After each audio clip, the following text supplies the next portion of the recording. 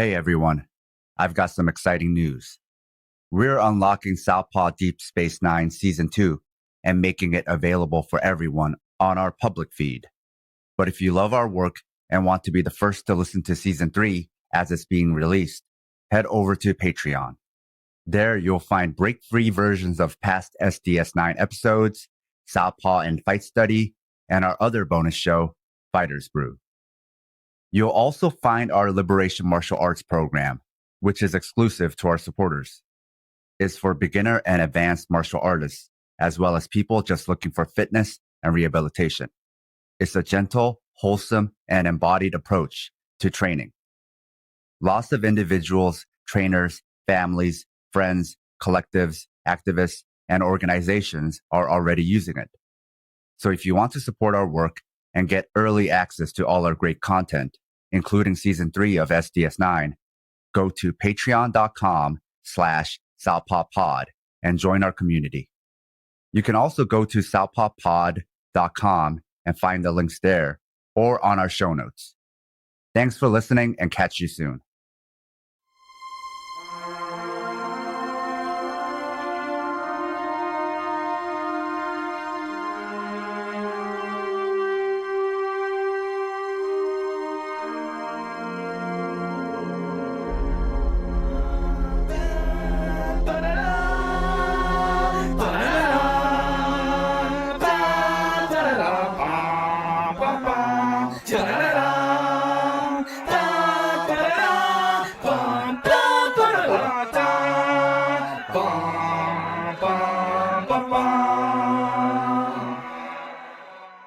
This is Southpaw Deep Space Nine Season 2, where we analyze Deep Space Nine and Star Trek from a political and historical lens, episode by episode. I'm watching DS9 with fresh and hopefully less fan-biased eyes. And Scott, who's normally here, is not here because he's still sick. So this won't be our usual format. It'll just be me exploring DS9 alone. But because there's a lot of episodes ahead, the show must go on. And hopefully by the next episode, Scott will be recovered and he'll be back and things will be back to normal. Let's cross our fingers. Now on this episode, I am discussing Season 2 of DS9, Episode 18, Profit and Loss. So just by the title, you probably know it'll be about Quark, but it's actually much more than that. So a damaged Cardassian ship shows up at DS9. Sisko tells O'Brien to bring it in via tractor beam. Then when Sisko and Chief O'Brien go down to greet the passengers, we meet Natima Lang and her students, Raquelin and Hogue. Lang claims that their ship was damaged in a meteor shower and that she is a teacher. So of course, O'Brien begins repairs on the ship. Now, right away, we find out Lang is anxious about being on the station. And we first think it's because she's afraid to be around Bajorans. And then we see Garrick and Julian Bashir having their regular lunch. Or at this point, we're seeing that this is kind of a routine between them to eat and discuss politics without directly discussing politics. And one of the discussions they have is about nationalism versus family. Nationalism was a theme that we saw a little bit in the previous episode about playing God, where it was about Kira's nationalism. Now, Bashir keeps trying to poke Garrick and get him to admit that he's a spy or an outcast. Garrick teases him by saying, maybe I'm an outcast spy. And then Odo tells Quark at the bar that he knows he has a cloaking device and you're going to be in big trouble if you don't return it. And Quark is like, I don't know what you're talking about. Lang and her students pass by the promenade and Quark sees her and drops whatever he's doing to run out. He says hello to her and then she slaps him and says, I never want to see you again. And Quark says, this is the happiest day of my life. It's a very noir, femme fatale kind of a scene. So if you've watched a lot of like black and white detective private eye movies, this is very much playing on those tropes. Then we find out Quark and Lang were once lovers. Lang is upset at Quark about something. And when he starts talking about the rules of acquisition, she gets even more upset. And then Garrick and Bashir pass by, and Garrick notices Lang, which makes her panic. And so she leaves with her students. They go to the ops, and Lang tells Cisco that she and her students have to leave now. And then O'Brien discovers that her ship was actually damaged by Cardassian phaser fire. So then Lang comes clean and says they're political outcasts intent on reforming the Cardassian government, fighting for Cardassia's future. Lang explains the nature of the Cardassian dissident movement and that these two students are student leaders of this movement. But since Garrick saw them, Lang is like, we're fucked. We need to get out of here. So Cisco says, we're going to repair the ship as soon as possible, adding additional engineers to speed it up. So then Quark visits Garrick's tailor shop. And this is probably the most titillating scene in this episode. Quark goes in looking for clothes for Lang. And Garrick says, Lang's taste in fashion is a little, quote, too radical, and warns that wearing radical fashion can be detrimental to one's health. So Quark came in here knowing what he was doing. He knew coming here he would get information. And so Garrick, through analogies, warns Quark that Lang should get away from the other two. Otherwise, she'll be pursued by the Cardassian government. And so will Quark. And so Quark wants to see if Garrick will help her, but Garrick will not. And so Quark goes to Lang and professes his love and says he'll even leave DS9 and the bar for her. And then we find out what happened to their relationship, which was Quark used her access codes to steal money from the Cardassians. But then we also find out Quark betrayed the Cardassians to sell food to the Bajorans. And it was Lang who protected him. Then Lang threatens him with a phaser gun, but she doesn't really mean it. But then she accidentally does set it off, and Quark gets hurt. And then we have this scene where she professes her love and that she does feel the same way. And then Garrick later on visits Ops to talk with Cisco. At this point, a Cardassian warship has appeared. Now, in his conversation with Cisco, Garrick explains that the Cardassian Central Command wants Hogue and Raquelin. He describes them as terrorists. But then Cisco pushes back and is like, hey, if you try to take them by force, we'll respond in kind. And then Garrick is like, oh, okay, you want to do that? Fine. You want to play that game? But, why don't you come by the shop and try on some suits? He has some that he thinks will look good on him, which is kind of saying, I know you can't do shit because ultimately you're a company man and you just follow orders.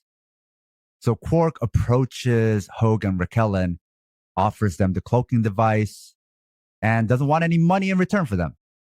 All he says is just leave without Lang. And then Quark talks to Lang, and it seems like maybe he's finally convinced her to stay. Give up on the movement. Revolutionary movements are for kids anyway. Let them handle it. And then, as they think they figured it all out, Odo shows up and places Lang under arrest. The Bajoran government, we find out, has agreed to turn Lang and Hogue and Raquelin over to the Cardassians in exchange for the release of several Bajoran prisoners. Cisco explains to everybody, hey, I thought I could do some shit, but I can't. I have to follow orders. And then we meet Gul Toran, a former rival of Garrick's. And he visits Garrick's shop and talks some shit. And he tells Garrick there's going to be no prisoner exchange. They need to be killed instead. And Garrick, we find out, is the one who negotiated this prisoner exchange. And so Gul Toran is like, if you want to return from exile, so we do find out that Garrick is indeed in exile. If you want to come back, you're going to have to be the one to kill them. But in Odo's security office, Quark gets on his knees and he begs and asks Odo to release Lang and her students and help them escape. But then Odo's like, look, I was going to do that anyway. So Odo releases them. Then Quark takes Lang and her students to the airlock. But then Garrick is there. And he has a phaser and he laments that he has to kill them. Quark and Lang are trying to reason with Garrick. But Garrick's like, hey, I tried to warn you. You should have listened to me before. But before Garrick can kill them, Gul Turan shows up, basically claiming that Garrick doesn't have what it takes to pull the trigger. Also, Gul Turan wanted to kill them and then take the credit, but needed Garrick to find them. But then when Gul Turan is about to kill them, Garrick kills Gul Turan. And then Garrick lets them escape, which also includes Lang, because she realizes as much as she loves Quark, she loves her country and she needs to do this until her work is done. But when her work is done, she'll come back to Quark. And Quark is like, when Cardassia becomes a free and democratic society, and you think about real life allegories, even the US isn't really a free and democratic society. So who knows how long Quark has to wait. But she promises that she'll come back. So who knows? Maybe she'll be a guest star in a future episode. And then Quark and Garrick walk off together. And then Garrick asks Quark, why did you help Lang? And he's like, I had no choice. I love her. And then Quark asks Garrick, why did you do what you did? And he's like, because I love Cardassia, which is why I had to do what I did, which confuses Quark. And then Garrick responds, that's the thing about love. No one really understands it, do they? And that's the episode. So in this episode, we learn about the Cardassian underground movement, which opposes the military government, adding to the thread that's already been started, that there's internal conflicts within Cardassia. Now, every scene with Garrick and Quark were great, but there's parallels. They both have businesses where people come in and talk, and both Garrick and Quark listen and leverage information, but they approach their information finding differently. So we see their two different approaches, but they both kind of understand each other. They're both spies in a way, and they're both doing things and scheming behind the scenes. Now, the Cardassian Underground sounds like Weather Underground, a student-led pro-democracy movement right here in the US, who were also labeled terrorists. Then we get to the scene with Garrick and Sisko, which is also magic. These scenes with Garrick are like movie scenes. And the way Garrick uses clothing to make metaphors or to make veiled threats is also some good writing and acting. And this is a recurring theme in DS9, but there's elements here of Casablanca, the sacrifices you have to make for a revolution. We also get a hat tip to noir novelist Mickey Spillane, like literally in there. So there is an acknowledgement of the noir genre. And then we see Quark again showing that he is willing to give up profit for love. Really, for that character, the most important thing for him is love, even more than money, at least this far in DS9. Then when we get to the swapping of political prisoners, we see how prisoners can just be pawns. But I thought I remember in a previous episode that Cardassia released all their prisoners. So I'm not sure how all of this works, or I'm just misremembering. But prisoners as pawns means more chips. You actually want then a lot of prisoners. The more prisoners, the more chips, which is why the US will never close Guantanamo. And they never meant that when they said it. And they're never going to close all their black sites, because that would mean giving up all their chips. So it's literally a form of dehumanization. These are not actual humans. These are just capital to be used and leveraged in whatever ways the government needs to use them. And sometimes, like chips, like capital, like your cards, maybe the way you want to use them is not to show them, to hide them. And to reinforce my point, we saw the racist ways white Americans reacted to Brittany Griner, seeing her just as capital, as political capital, not as a human being, not seeing a black woman as a human being. You compare this to times when it was a white person that the US was negotiating for, and the public response and even the media response was completely different. It's all racialized, it's racist. That's also why the US doesn't care about the Muslim and black and brown prisoners they have, because they're not white. So sci-fi can never truly replicate how bad it is in real life because the executives, the producers, the advertisers know sci-fi still ultimately reflects reality, and they don't want to show that side of reality. They don't want sci-fi to show those types of atrocities because then people will start digging and be like, wait, what is this based on? And that also assumes the writer's room is diverse enough to pick up on these things. Now, Odo, again, in this episode, like in a lot of previous episodes, like the one we just had about playing God, where he talks about life, we see here Odo's sense of justice isn't just based on nationalism or nation states or laws, but by his own personal moral code. So he'll follow that over anything else. He ultimately follows his heart. He follows Jiminy Cricket, his conscience. And we see that again here, which actually makes him more moral at times than the other officers of the station. And then by the end, we do find that Garrick says the truth out loud sometimes, and that's what makes it harder to believe because he just says it. So he's like, I'm a spy in exile. And then we find out that is true. It's the way he plays with the truth. He knows the way psychology works. So sometimes if you tell them straight up, they're going to not trust it. And like Quark, like Odo, Garrick also follows his own personal moral code. So for a middle episode, this episode was really good. It hit all the categories of a good episode. And also, as far as season 1 and 2 go, this is a pretty radical episode. Then it ends with this is the beginning of a beautiful friendship ending. And that revolution is also about love. I think that's a good message. The next episode is Blood Oath.